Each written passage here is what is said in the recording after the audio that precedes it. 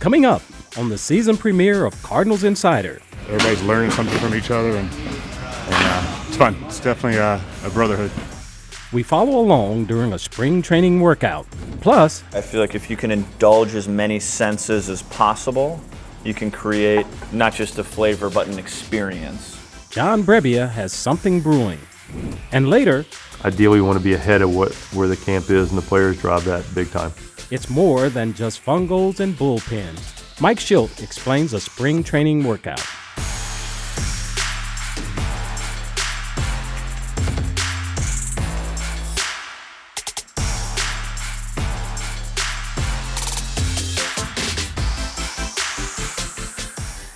Welcome to the season premiere of Cardinals Insider. I'm your host, OZZIE Smith.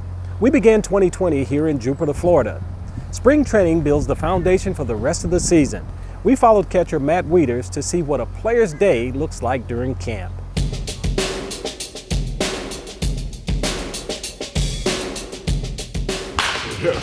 Whatever kid says, expect the opposite. Attaboy. Yeah, no early work tomorrow. No bullpens tomorrow either. Typical day, drive through the gate about 6:30, 6:40, walk into the clubhouse, get uniform on, gear on, be in the cage for early catching work, and then that'll be about an hour, 45 minutes an hour of early catching work. So we get done with that about 8:30, 8:40. After that, then it's time for breakfast. Go in, eat breakfast, get everything kind of put back in the bag and get ready to go. And after that, then we actually get to begin the team workout part of the process. So go out, stretch, catch bullpens, go into a live BP group or a BP group. Who was that, Gorman? Mainly it's trying not to do too much, but you just want to be consistent with everything. And that's the big thing, especially early in camp, is I want to take as many good swings as I can. They don't have to be great swings, but I want to constantly take a good swing and kind of eliminate the mistake part of it. And that's the big thing for me early in spring training, is trying to get as many consistent reps as possible without ingraining any kind of bad swing in there. Hey, I got to get on top of the ball more. Okay, now. And that's the great thing, is we feel like everybody in there, we have either Yachty or Cheo or guys who just have so much knowledge, and they're taking the time to kind of work on the small things. And that's kind of what our early work is about, is okay, how can we think about the simple things the way guys that have been in the game for 40, 50 years have thought about it. Oh yeah, it's a blast. It's a blast getting to kind of work. Everybody's helping each other improve. Everybody's learning something from each other, and it's fun. It's definitely a brotherhood. From here, it's kind of just putting in play what we've worked on in the cage out there. But you want to make it feel a little more natural. Like you want to get from in the cage, you're constantly thinking about it. You're constantly harping on how was my form, how was that, and then when you start moving out onto the field, it's okay. Can I translate that into more reactionary? Where it's like, okay, that felt good, or okay, that pitch was there and it was a tough pitch, but I was able to kind of use some of the fundamentals I learned in the cage and just turn them into more of a reactionary type thing. I think the big thing, and it's what the Cardinals are so big on, is making sure your fundamentals are just locked in, and making sure your fundamentals are solid to where you always have something to fall back on. And that's the big thing, is if you can fall back on just a standard, typical fundamental that you can do and know you can do it well, the other stuff will become more reactionary, and that's everybody that's kind of at this level has those kind of just reactionary skills when the game gets going. But being able to fall back on the fundamentals we work on here in the cage or in the bullpen is huge for us. Being a competitor, you've got to make every day some type of competition or some type of adrenaline, whether it's blocking work or whether it's catching a side or whether it's hitting BP. You make something competitive, because as the games get going, it gets amped up every day, and you can't go from 0 to 100. So that's the big thing, is trying to make everything some kind of competition, which is something that I think most baseball players enjoy. I painted myself.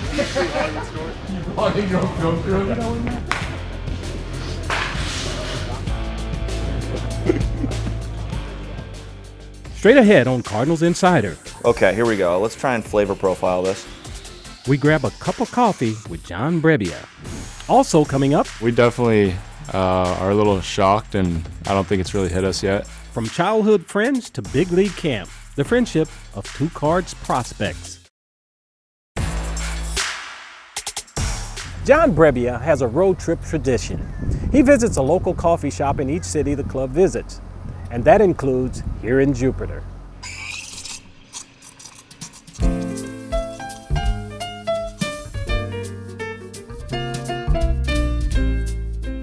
So we are here. I am John Brebbia, Tyler Webb. We're here at Crux Coffee Roasters in Jupiter, Palm Beach County, South Florida, Florida, United States, Western Hemisphere, Earth. So let's start off. We have our number one, our Jamaican coffee. But before we dive in, Tyler, have you ever been to Jamaica?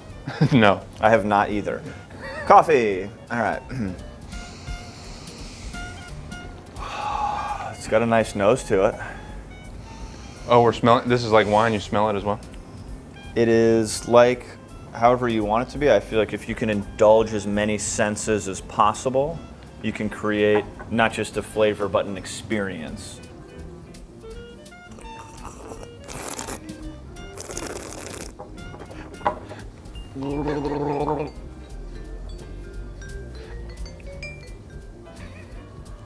I'm getting a lot of emotions. More of a spice, more of a chocolate and a spice, like the baking aisle at the grocery store. I'm not getting a lot of the produce section, which I was surprised. I figured maybe something from Jamaica would have some, tropical fruit flavors, and I'm not doing that. So now we were on round two. We're going to stay in the same hemisphere, but this time shuttle down to Peru. Okay. So we will see. Cheers. Coffee.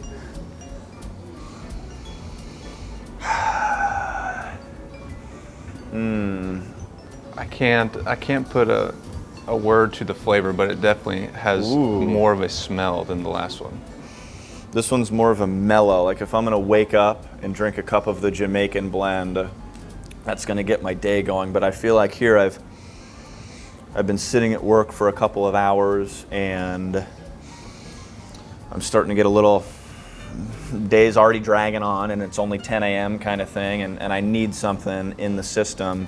I could drink that black, no problem. Multiple cups of that. Yes. I think the previous one, a little bit of sugar would have made it better. Round three. We are halfway caffeinated. Not in the cup, but in the process. So what we have now is we're in the Eastern Hemisphere. We have transitioned to Kenya. All right. And what we have is a fully washed Kenyan roast. You feeling anything in particular? A tingling in your toes, perhaps? Yeah, I think that might be from the other 2 cups of coffee I've already had. It would be a hard choice between the first and the third cup. Okay. Okay. I'm still probably going with the first one. I think that had a little more kick to it than maybe this one did. Okay. I'm gonna have to agree with you. I like the simplicity of the Jamaican cup. We have in front of us what is called America's finest cup of coffee. It is a Hawaiian. Okay. It's a Hawaiian bean. I'm getting a little more nose on this one. I feel like this has a richer aroma, a stronger aroma maybe. Yeah. This is waking you up. This might wake you up in the morning. Okay. Kind of like an old Folgers commercial. Ooh, yeah, yeah. Not that I would compare this to Folgers in any way. Way better. It's going to be tough to find a better cup. I mean, we've tried 4 coffees today. I would say that this is a little bolder to me than the previous couple of cups. I agree. I would say that it's similar to the first one that we tried in terms of like maybe not quite as rich and depthy, but it has, maybe it's the chocolate, maybe the dry cacao powder. I think that maybe that's what's drawing me to these conclusions. Okay. But I would liken that more towards a medium roast version of the first cup that we tried. Is that a fair assessment? There you go. Amateurs just killing it on a professional level. Straight ahead. I was like, hey man, you're not going to believe it. We're teammates again. best friends on and off the field. Prospects Nolan Gorman and Matthew Liberatore are best friends and now teammates. Our Emily Stevens has more on their reunion in St. Louis.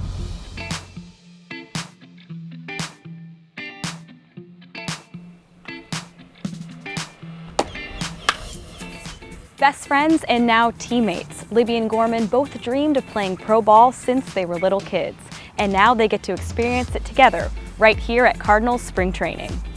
We definitely are a little shocked, and I don't think it's really hit us yet, but we're excited, and we got to go on the caravan together, and definitely just ready to get going, and excited to kind of push each other through the system. I was super excited. I actually didn't know who I got traded to when I first found out that I got traded, so a bunch of my buddies from the Rays were texting me congratulations and everything, and I was texting back like, hey, thanks, but who is it to? And I found out it was the Cardinals, called my parents immediately, shared the news with them. My second phone call was right to Nolan. Friends since the age of 5 and high school rivals in Arizona. Libby and Gorman already know how to compete against each other and are excited to share the same uniform. He's competitive.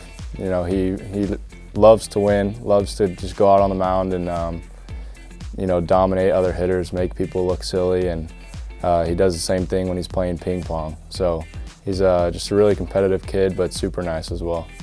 Obviously my best friend, but super kind and caring, got a great sense of humor, super competitive. I think that's part of the reason we're such good friends, is because we're both so competitive with everything we do. Great baseball player, obviously, good ping pong player, just an all-around good guy. From best friends to top prospects, this duo is ready for St. Louis. For Cardinals Insider, I'm Emily Stevens. Spring training lasts nearly 2 months, but creating a plan to maximize that time begins long before report day. Mike SHILDT and his staff began planning for spring training weeks before players report. Here's more from the manager.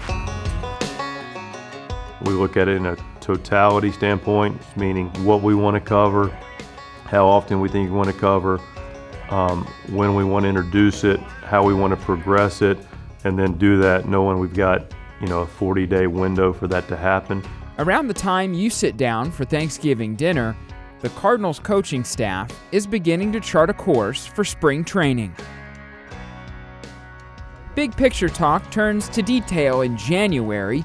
They get together in Jupiter during Instructional League. It's all 11 Major League coaches helping to lay out a plan.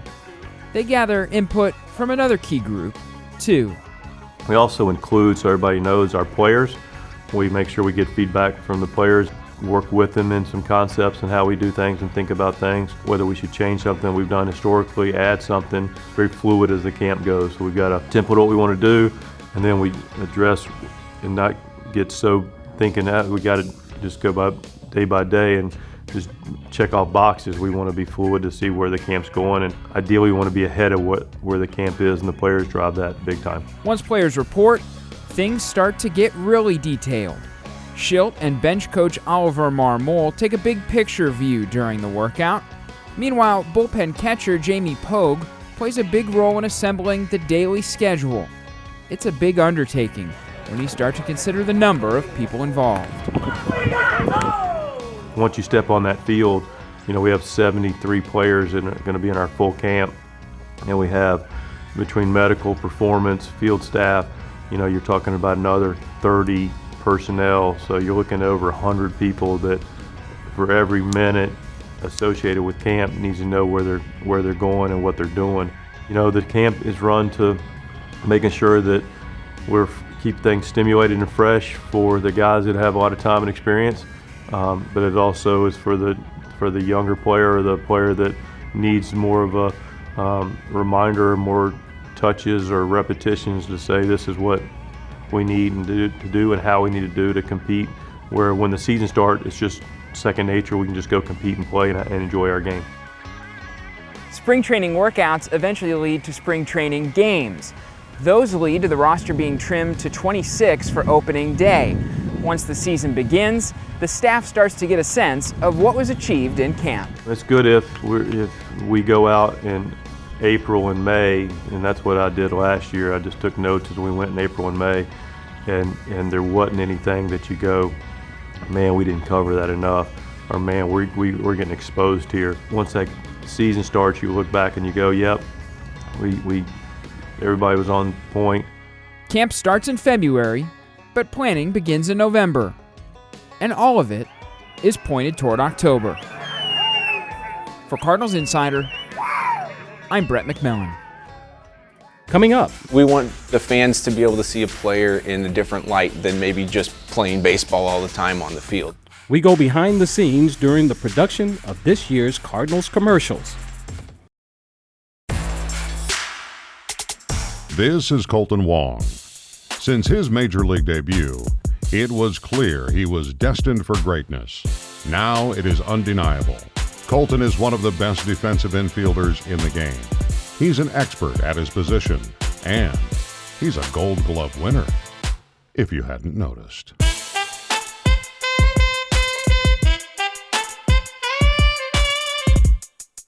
That was one of Cardinal Creative's newest commercials. Cards Creative is the club's internal ad agency. Each spring, they make the digital and TV commercials you see all summer. Here's a behind-the-scenes look at the production of this year's spots. My name is Matt SHEAD, and I'm an editor and producer for the St. Louis Cardinals. My role is to direct, edit, and write the commercial spots for the Cardinals. Rolling and action. We're not like other sports. We're not like hockey, we're not like basketball or any other sport where we can't shoot any of these kind of things during the season. So this is our own time that we can get everybody together at one point. When we come down here for spring training, it's a perfect time to get that stuff because the players are all here and we're able to shoot a commercial spot. Just hold still. We want the fans to be able to see a player in a different light than maybe just playing baseball all the time on the field. Our goal is to have these fun commercials that kind of show a different side of the players, a funny, interactive side that we don't always get to see. The theme that I kind of went with this year is a little bit more relaxed, silly theme, and it's pretty apparent that they've had a lot of fun this year. And action.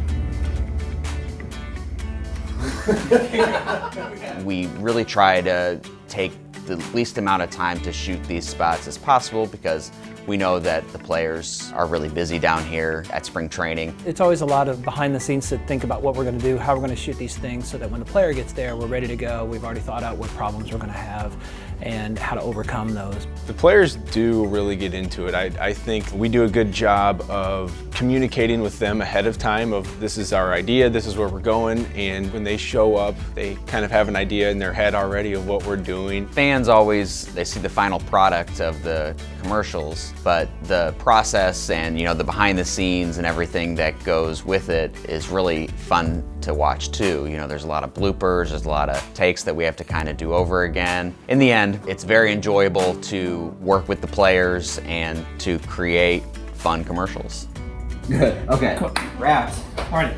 Thank you, guys. Thank you very much. Thank you. Thanks, Yadi. Thanks, Yadi, man. This season, we'll be highlighting great moments that happen all summer. Some will be big plays from the field, others will be behind the scenes. This week, we're looking back at the first full squad workout.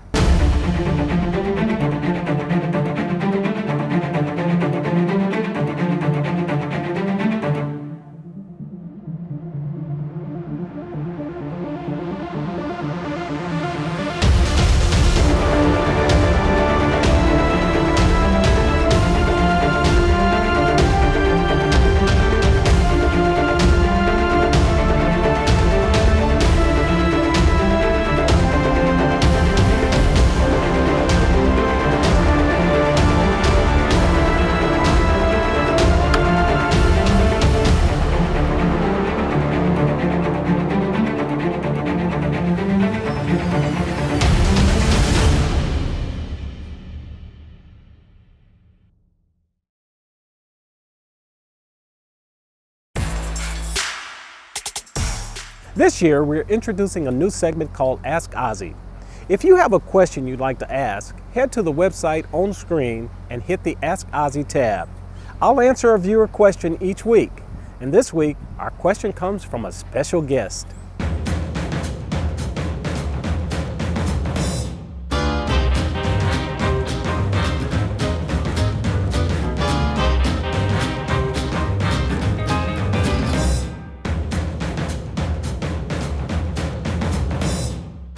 How does he stay in such good shape? Well, I work out 3 days a week. I have a trainer. We mix it up with different exercises. We do cardio, we do weights, we do it all. I realized a long time ago that if I want to stay young, I got to keep moving.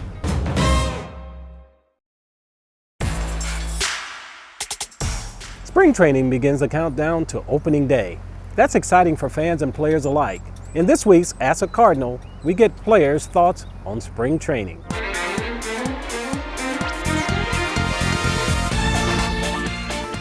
Cardinals fans pack out Roger Dean every single time we play. You know, they pack out the backfield for practice, so it's exciting and it's a good start to the season. Just the energy, the vibes, kind of waking up every morning. You know, we really do wake up really early, but it really is amazing how, as you're kind of driving to the field, you kind of forget that it's like 5, 6 in the morning. You know, you have one thing on your mind, and that's just preparing for the season. So just chasing something, having something to kind of look forward to on a daily basis. I'm hanging out in Jupiter waiting for everybody to get down here. Guys trickle in, you know, go fishing with some guys that come in like, you know, January, February, but when camp starts and you get to see everybody, it's a lot of fun. Getting everybody back together. You know, we're all family, we kind of spend all year together, and off seasons you go your separate ways, but this is kind of the time where everybody kind of get back together and, you know, bring that family back together. Yeah, just the beginning of a new season. You know, getting out there, understanding that all the things that you did last year doesn't matter. This is a new year, so, you know, it's always good to have new expectations, new goals, and just get out here with the guys again and get after it. That's all for our season premiere. We're here in Jupiter again next week. See you then.